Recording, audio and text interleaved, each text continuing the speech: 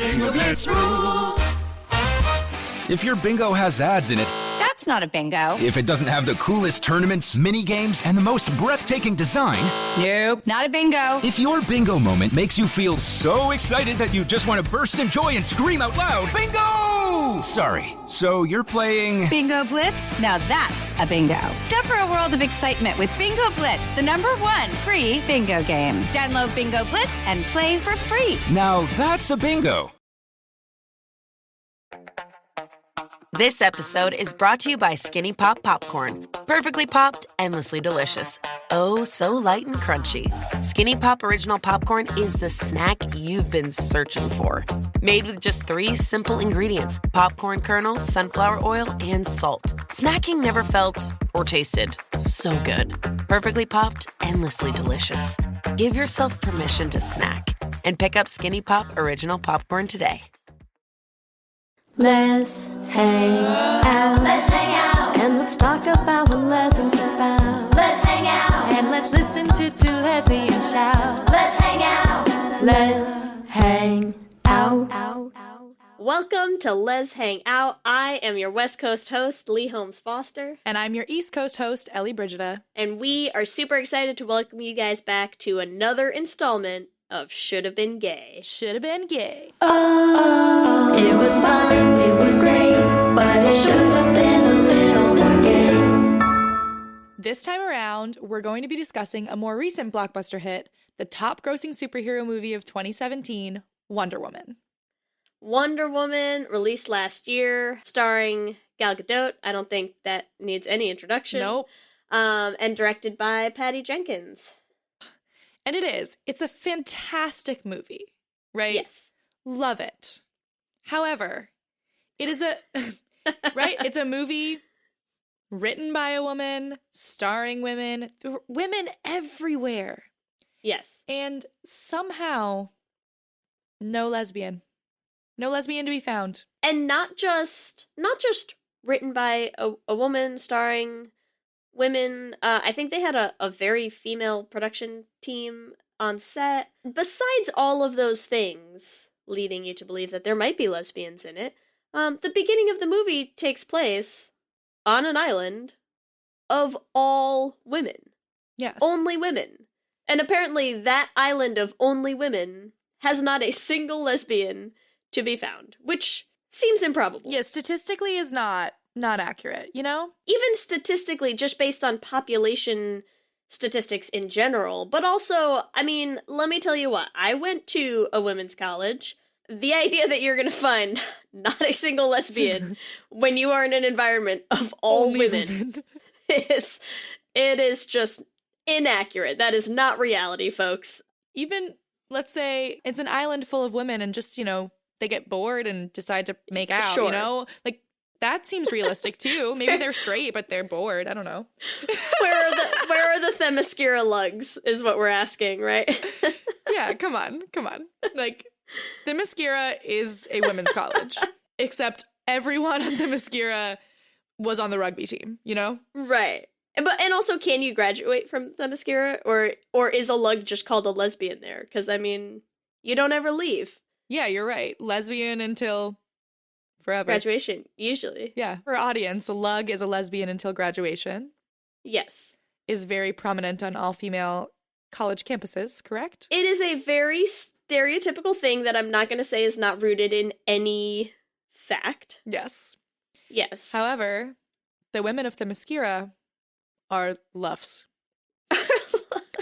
What is... Lesbians until forevers. Oh, I was going to try to make a different lug ending, like lesbian until Gal Gadot left the island, so, I mean, what's the point now? That's better.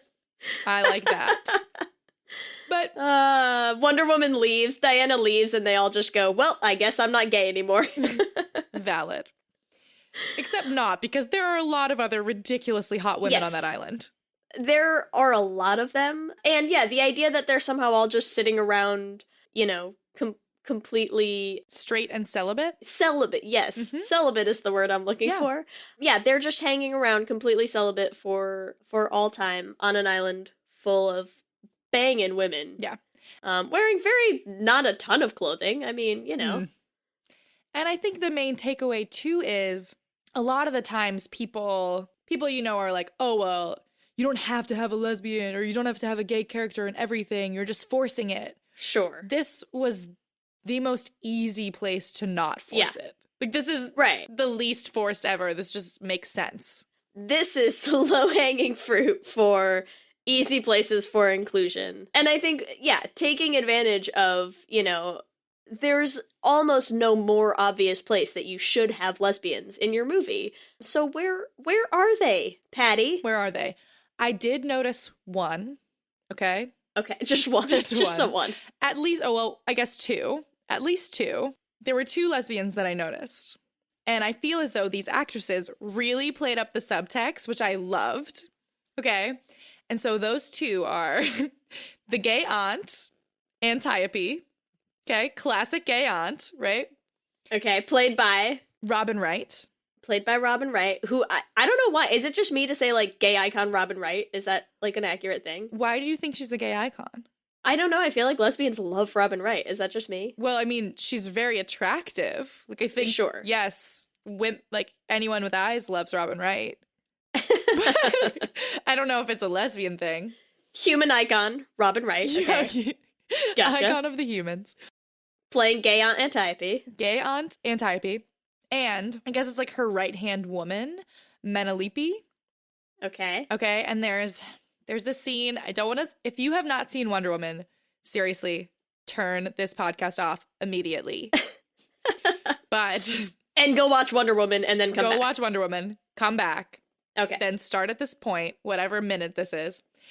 And there's a scene where Antiope is injured and Menelope, girl, is hurt in a way that is like, my lover has just bad things. The pain, she's screaming. It's clear that that was her lover. This is not a platonic friendship cry of pain.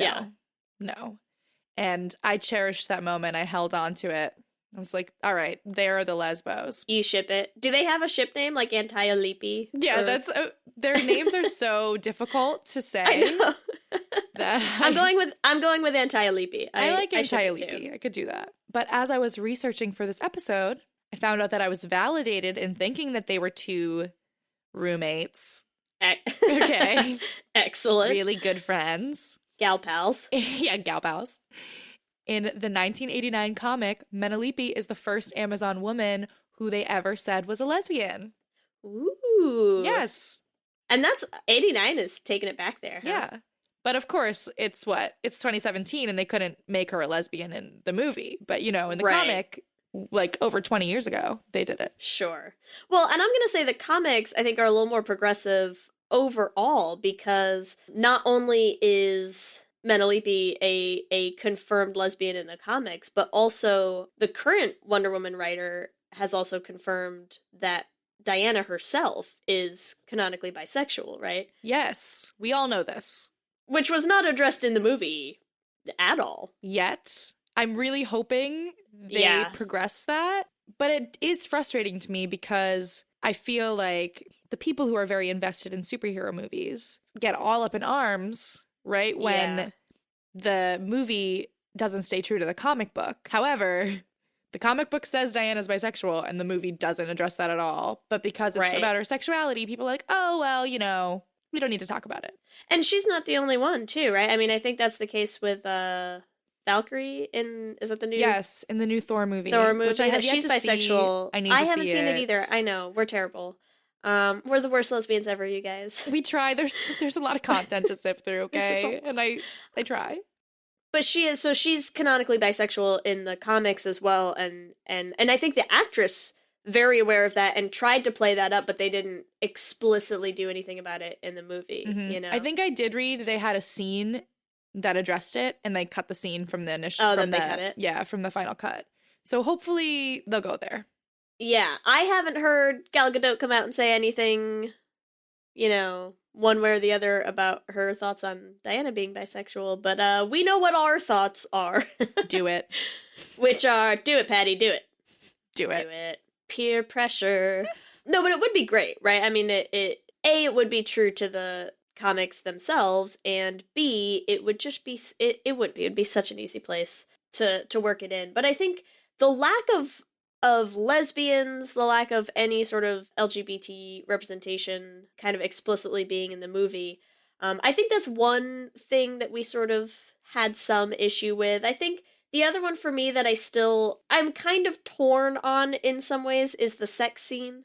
Mm-hmm. I'm going to explain why I'm torn on it, because I think there are ways in which the sex scene was great and was trying to subvert certain tropes, which I understand and which I think it did really well. And that specifically, I think it was trying to avoid the born sexy yesterday trope, and that's something that you see a lot in superhero movies, sci-fi movies, fantasy movies, where you have this kind of virginal, naive female character. I think the best example of it is the Fifth Element, where she literally comes into existence, the day before, and then, has to be taught the pleasures of carnal pleasures by by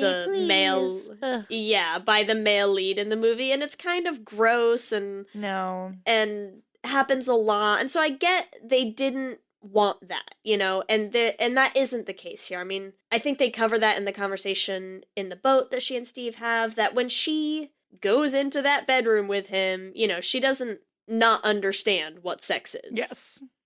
Because they have not been celibate on that island, okay? Yeah, right. Come on, exactly. people. And I think that's great. I mean, I think it's a great thing to subvert that trope, and I think it's great to see a woman not really kind of have to be, walked through that naive experience, all wide-eyed and doe-eyed and whatever. All the other eyed things that women apparently are when it comes to sex. The only thing that I was still a little frustrated by with the sex scene is that I think as queer people, when you watch films a lot and you are watching someone have their first same-sex sexual experience, that is still a new thing that always kind of has to come along with a certain amount of, soul searching and hesitation and questioning, and that's something that we have to see all the time, is how completely new and confusing gay sex is. I could go on a rant about that for years, but we're gonna take a minute. And it's a mini-sode, Ellie. We'll save it. We'll do another episode on something. That frustration is shared by a lot of us, right? Is that you always have to watch someone go through that. And so I was a little irritated that whether or not you want to understand and, acknowledge that Diana is not a sexually naive person, it has to be her first experience with a man. There's no other option. She has never met a man before. And so I was a little irritated that we have to sort of see that played out over and over again of like what do I do? How does this work? All of that all the time. And yet, despite never having seen a male creature before in her life, that is just completely straightforward, totally obvious. Yep, we're good to go. Good to go. Just, good old-fashioned heterosex that everyone understands. So I was a little torn on I don't know. I still don't understand heterosex, so I don't know about everyone. I mean, I'm not gonna say I do either. It's funny how many times when we watch, movies or shows or whatever that do feature like a lot of heterosex, and every time it's just my wife and I sitting there going, is that what it's like? Is that what they do? That seems unpleasant. I don't know. Anyways. But yeah, valid. You mentioned the boat scene, right? Yes. We would be remiss to not talk about the boat scene. We would indeed. So I like that I just said we would be remiss. Yeah, I liked it too. I was digging it. But the boat scene, incredible. Before I even saw the movie, one of my friends said, oh, you have to see Wonder Woman, which of course I wanted to see it anyways. She was like, oh, because of this line. Basically the line, they came to the conclusion that men are essential for procreation, but when it comes to pleasure, unnecessary. Yeah. And as lesbians, what a great line. we completely understand that. Yeah. We were like, yes, unnecessary. Hundreds of lesbians went out and got that tattooed on themselves after this movie, right? Please, oh my gosh, if you have that tattooed, please send it to us. Oh yeah, send us a picture. No matter where it is. That is like next level lesbianism right there. I agree, and I think it is what most of us probably felt is the closest that we came to getting any sort of shout out to LGBT representation in the movie. What cracked me up is I did find an article that someone had written where they apparently interpreted that line as only referring to masturbation. Which is just ridiculous. Which is, yeah, laughable, right? I mean, of course, masturbation is involved. Sure. But, like, only masturbation? that there's this whole island of women, only women. They're just sitting around not touching each other. Living out their entire lives.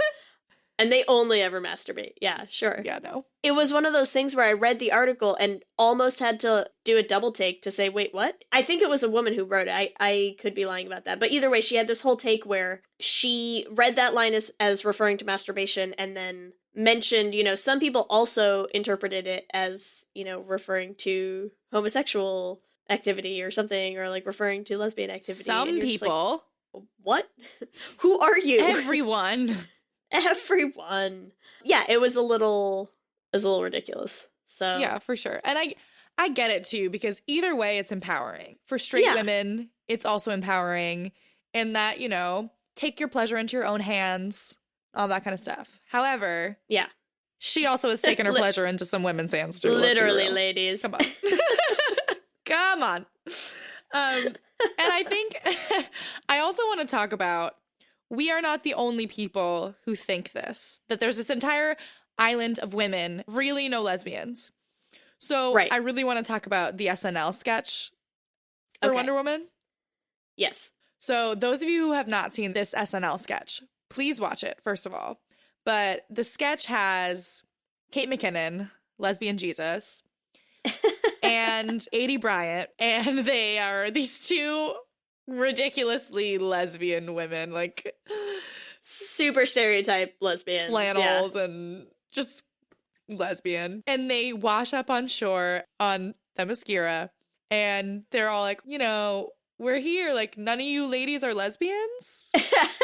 And the girls are like, no, of course none of us are gay. Then there also is a beautiful moment where Kate McKinnon makes out with Gal Gadot, which was breaking lesbian Twitter, Tumblr. Lord of mercy. Yeah. It's a little much. I really don't understand how Kate is alive right now, but yeah. She might not be. I mean, has anyone checked for sure? I mean, also, though, how Gal is alive, because, like, yeah. Kate McKinnon is... True story. Who's the real winner in that equation? Lesbians is the answer. Yes. And I mean, that's the closest we've gotten to lesbian action from Wonder Woman. This, like, sketch that has to, right, because it has to be this, like, ridiculous thing. Because it's absolutely a joke that there's an island of Themyscira with no lesbians on it. Agreed, SNL. Yes. Agreed. So I say we are on the same page as SNL. Wonder Woman should have been gay. Should have been gay. Just as a reminder, you can find us at Les Hangout Pod on all of our social medias, Instagram, Twitter, and Facebook. You can also email us at leshangoutpod@gmail.com. We would love to hear from you guys. And if you're enjoying the podcast, you can support us at patreon.com/leshangout and get access to some really fun perks. We're working on our first ever Les Essentials viewing party. Super excited about it. There's a lot of other things you can get on there. So we hope you check it out. And with that, I'm Lee. And I'm Ellie. And let's hang out again soon. Let's hang out. Ladies and gentlemen. What are you doing? What do you mean? Just keep it simple. I'm making the promo. Just keep it simple. Just say, hey, we're the Brav Bros. Two guys that talk about Bravo. Ladies and gentlemen, boys and girls, we're the Brav Bros. No. Oh. Dude, stop with the voice. Just keep it simple. I've seen promos on TV, dude. This is how you get the fans engaged. This is how you get listeners. We're trying to get listeners here. If we just say, we're two dudes that talk about Bravo, people are going to get tired of it already. We need some oomph. All right, then fine. Let's try to do it with your voice. Brav Bros. Good job.